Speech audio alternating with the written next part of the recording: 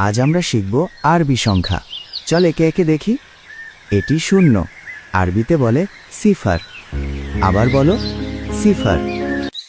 এইটি 1, আরবিতে বলে ওয়াহেদ। আবার বলো ওয়াহেদ।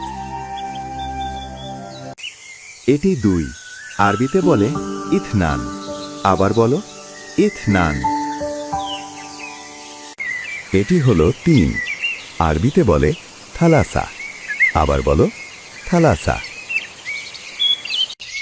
এটি হলো 4, আরবিতে বলে আরবা। আবার বলো আরবা। এটি 5, আরবিতে বলে খামসা। আবার বলো খামসা। এটি হলো 6, আরবিতে বলে সিত্তা। আবার বলো সিত্তা। এটি হলো 7, আরবিতে বলে সাবআ। আবার বলো সাবআ।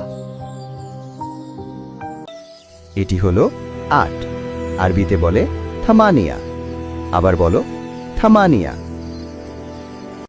এটি হলো 9, আরবিতে বলে তিসআ। আবার বলো তিসআ।